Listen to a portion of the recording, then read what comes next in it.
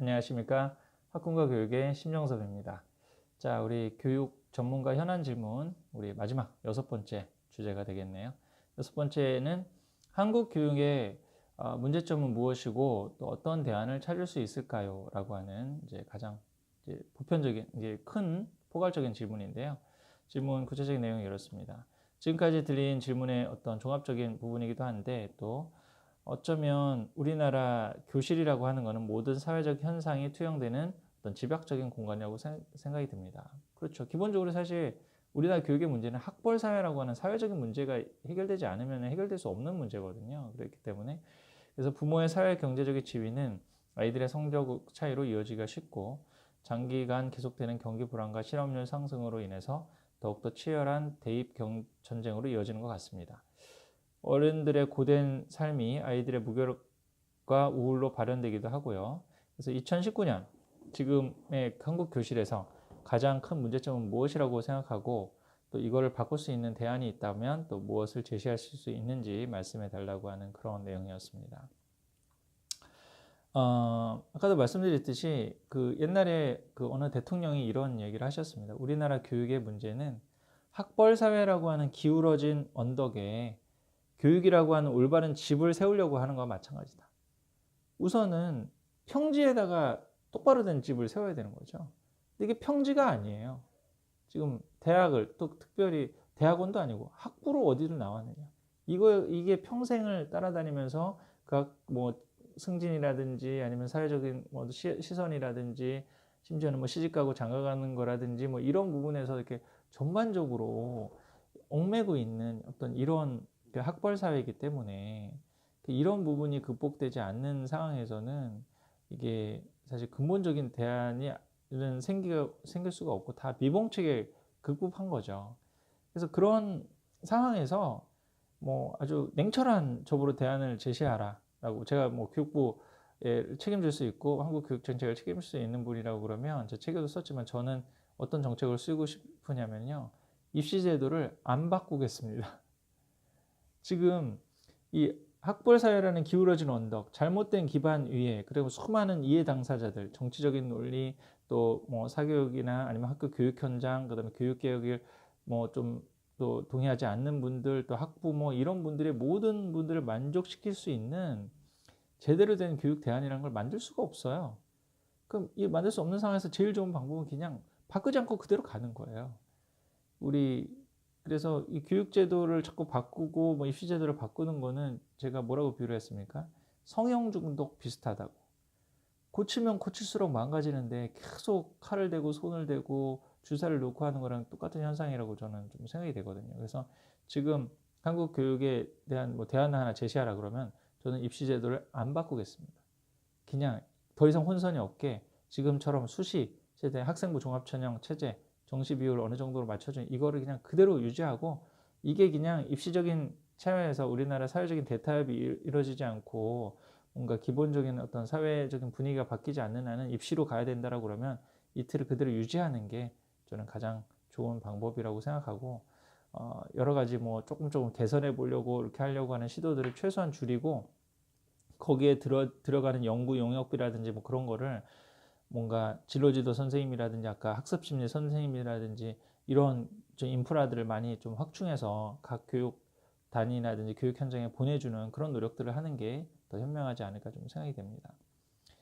그래서 지금 한국 교육의 문제점을 또 다른 관점에서 조금 설명을 하려면 저는 학벌 사회라는 기울어진 언덕에서 디지털 오염이 심하고 가정교육도 되어 있지 않은 아이들을 의욕이 떨어진 선생님들이 가르쳐야 되는 게 지금 한국 교실의 가장 근본적인 문제라고 생각하거든요.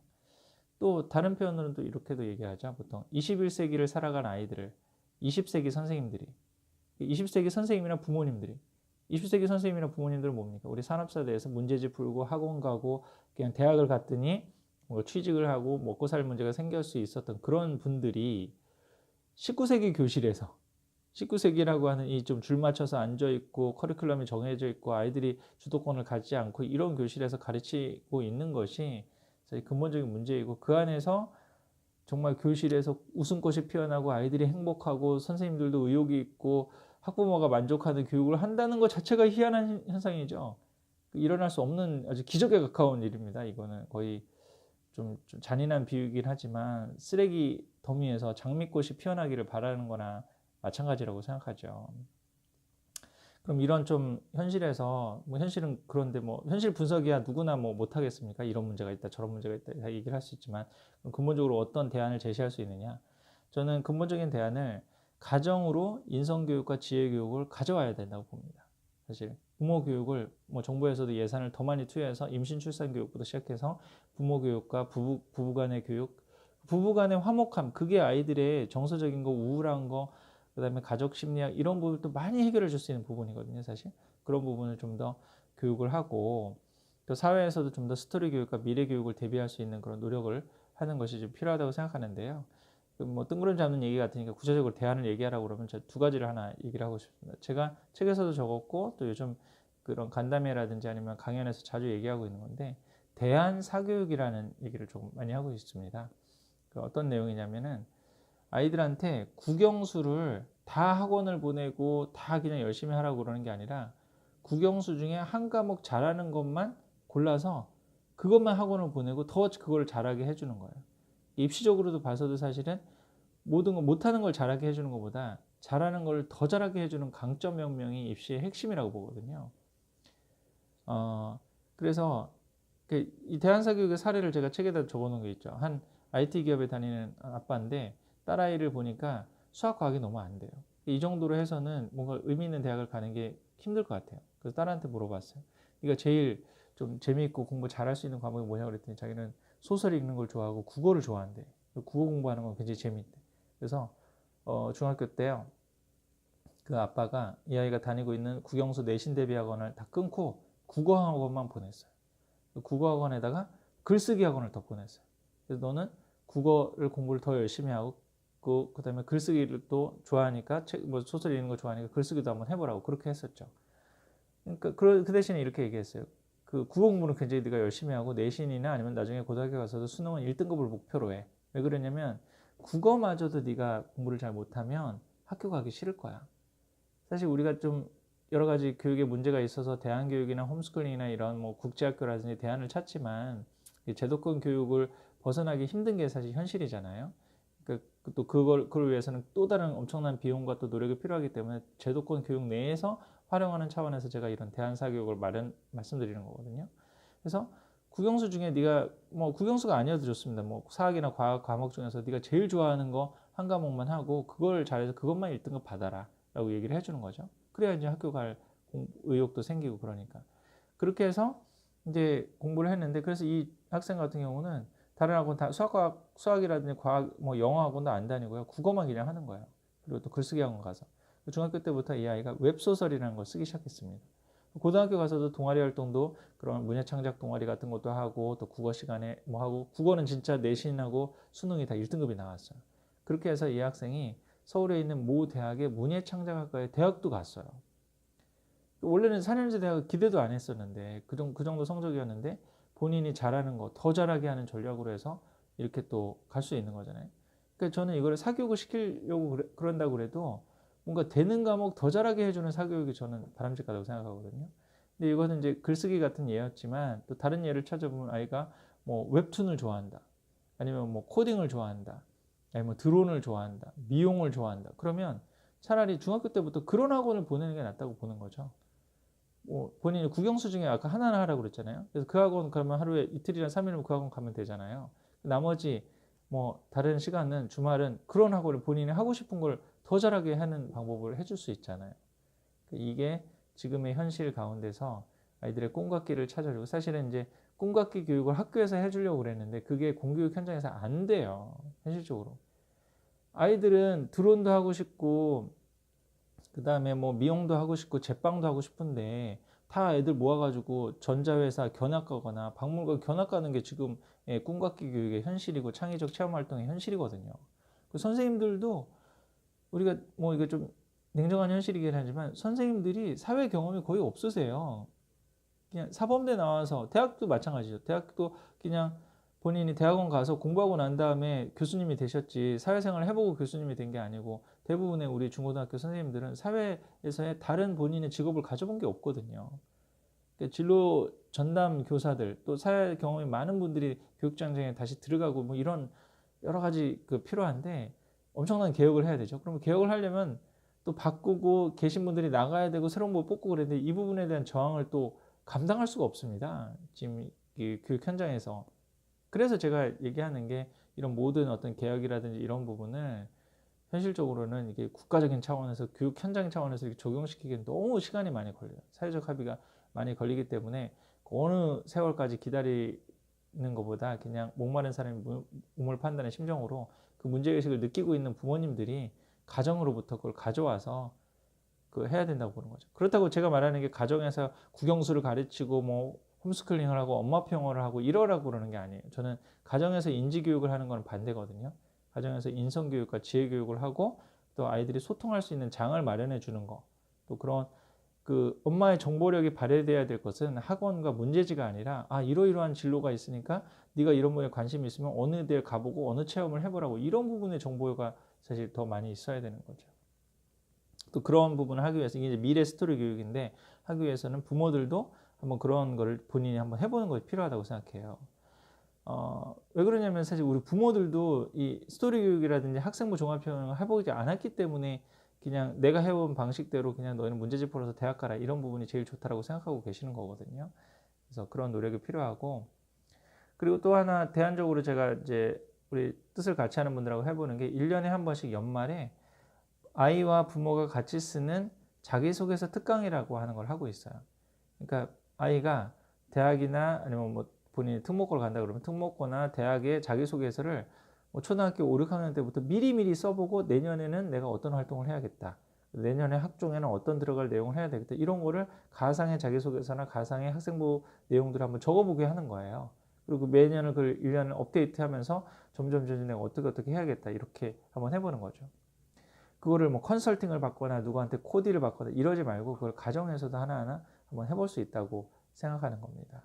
그걸 실질적으로 좀 매년 하고 있어요. 저는 좀 이런 부분도 지자체라든지 아니면 좀 관심 있는 교육청 같은 데서 뜻 있는 부모들이나 이런 분들을 모아가지고 매년에 그 미리 써보는 자기소개서 특강, 미리 써보는 학생부 종합전형 미리 뭐 준비해보고 이런 것들을 뭐 사교육에만 의존하지 않고 우리 가정 차원에서 할 수 있는 제도적인 준비들을 이렇게 마련해 주는 것도 좀 의미 있는 대안이 될 수 있지 않을까 생각이 됩니다. 그 다음에 또 마지막으로 제가 좀 대안으로 얘기하고 있는 거는 팀 스쿨링이라고 하는 개념인데요. 요즘 이 모든 문제를 해결할 수 있는 방법은 홈스쿨링을 하는 겁니다. 근데 그 홈스쿨링을 아까도 말씀드린 대로 요즘은 부모가 뭐 집에서 국어 영어를 가르치고 그런 게 아니고요. 그런 건 필요한 학원을 보내고 인성교육과 지혜교육을 어떻게 보면 중심이 되는 그다음 아예 몸을 만들어줘 운동을 같이 한다든지 아니면 인성교육이라든지 지혜교육이라든지 뭐 그런 거를 집에서 부모님들과 같이 하고 나머지 필요한 인지교육 같은 거 국어 영어를 공부하는 이런 걸 학원을 보내거나 남는 시간에 또 박물관에 가거나 이런 식으로 좀 재미있게 홈스쿨링하는 가정들도 많이 있거든요. 근데 이런 거는 굉장히 특별한 케이스죠. 그리고 부모가 굉장히 준비가 많이 되고 맞벌이 부분은 사실 뭐 하기가 너무 힘든 상황이고 이제 그런 한계들이 있으니까 제가 조금 대안으로 그 제시하고 있는 팀스쿨링이라는 개념은 지금 요즘 교육 현장에서도 너무 의욕이나 사기가 떨어진 선생님들이 많거든요. 그리고 또 우리나라 교육 현장의 행정 업무나 선생님을 가르치는 일에 집중할 수 없고 너무 잡무가 많고 막 그런 현실이잖아요. 그런 선생님들이나 아니면 학원 선생님도 마찬가지고 공교육이나 사교육의 어떤 선생님들 가운데 정말 나는 아이들 좋아하고 아이들을 가르치는 데만 집중하고 싶은 선생님들이 있어요. 그럼 그 선생님이 중심이 돼서 한 5, 6가정이 모여서 팀 스쿨링을 한번 해보는 거죠. 대안학교를 보내는 데는 비용도 많이 들고 또 대안학교 운영하는 데도 또 대안학교 선생님들도 굉장히 사실 힘든 부분이 많이 있거든요. 그리고 또 쉽지 않은 거 비용 아까도 비용 문제도 있고 근데 이런 학원비 정도 보낸다고 생각해서 몇몇 가정이 좀 아이들 교육비를 어느 정도 해서 그 선생님의 그런 충분한 좀 사례가 다른 생각하지 않고 집중할 수 있는 그런 부분이 되고 또 이제 정부라든지 뭐 지자체라든지 아니면 이런 다른 어떤 좋은 교육기업 같은 데서 뭐 박물관은 어디로 가면 되고 이런 교육을 할 때는 어떤 하고 그런 정보들을 해줄 수 있는 그런 어플리케이션이나 이런 것들이 잘 마련이 되면 그런 거를 완전히 그냥 교육 경험이 아무도 없는 나 어떻게 해야 될지 모르는 부모님들이 홈스쿨링을 하는 것보다 교육 경험이 있는 분이 한 5-6가정을 해서 나름의 작은 대안학교를 한번 해보는 거죠. 이 개념을 저는 팀스쿨링이라고 이제 정의를 하고, 그걸 어떻게 좀 해볼 수 있는지를 제가 올해는 이제 한 달만 홈스쿨링이라고 하는 좀 그런 책을 쓰는데, 다음 두 번째 쓸 책이 팀스쿨링이라는 책이거든요. 그런 거를 좀 교육 경험이 있는 교육 전문가들이 또 이런 홈스쿨이라든지 좀 대안적인 교육을 찾는 분들의 부모님들과 서로 연결을 해줘서 그런 부분을 또 새로운 나름대로의 대안을 찾아갈 수 있는 그런 부분이 필요하다고 생각합니다. 근데 모든 문제는 우리 하이니 법칙이라는 게 있죠. 어떤 큰 문제가 터졌을 때는 그 문제가 생기기까지의 수많은 작은 징후들이 있었고, 또 그 문제로 이어지기까지의 또 뚜렷한 어떤 큰 징후들이 있어서 지금 문제가 생긴 것이라고 보통 보거든요. 한국 교육이 지금 생긴 문제는 어느 하루, 어제 오늘의 문제는 아니거든요. 수많은 어떤 모순과 문제들이 쌓여온 거기 때문에 그만큼 또 회복하고 또 대책을 개선하는 데 많은 노력과 시간이 필요하다고 생각합니다. 그래서 그런 좀 시간과 노력, 그렇지만 그거를 어렵고 힘드니까 포기해서는 안 된다고 보거든요. 제가 사실은 이제 더 이상 사교육이라든지 아니면 뭐 또 경제적으로 도움이 될 수 있는 강의라든지 이런 걸 많이 안 하고 좀 이런 대안을 마련한다든지 책을 쓰고 또 이렇게 하는 많은 가장 큰 동기 중에 하나는, 사실 교실에서 엎어져 있는 아이들이 너무 안타깝고 좀 그런 마음이 많이 들어서 그랬어요. 이게 모두 다 귀하게, 요즘 아이들 하나 둘밖에 없는데 귀하게 자라고 정말 놀아주는 아빠, 뭐 굉장히 교육에 관심이 많고 육아서도 많이 보고 잘 키우려고 그러는데, 요즘 아이들이 점점 이상해지는 지금 이런 교육적 현실들을 접하게 되거든요. 그리고 정말 입시에서 성과를 내는 상위 10에서 15% 그 아이들 말고 나머지 아이들은 거의 무기력하게 엎어져 있는 경우들이 너무 많거든요.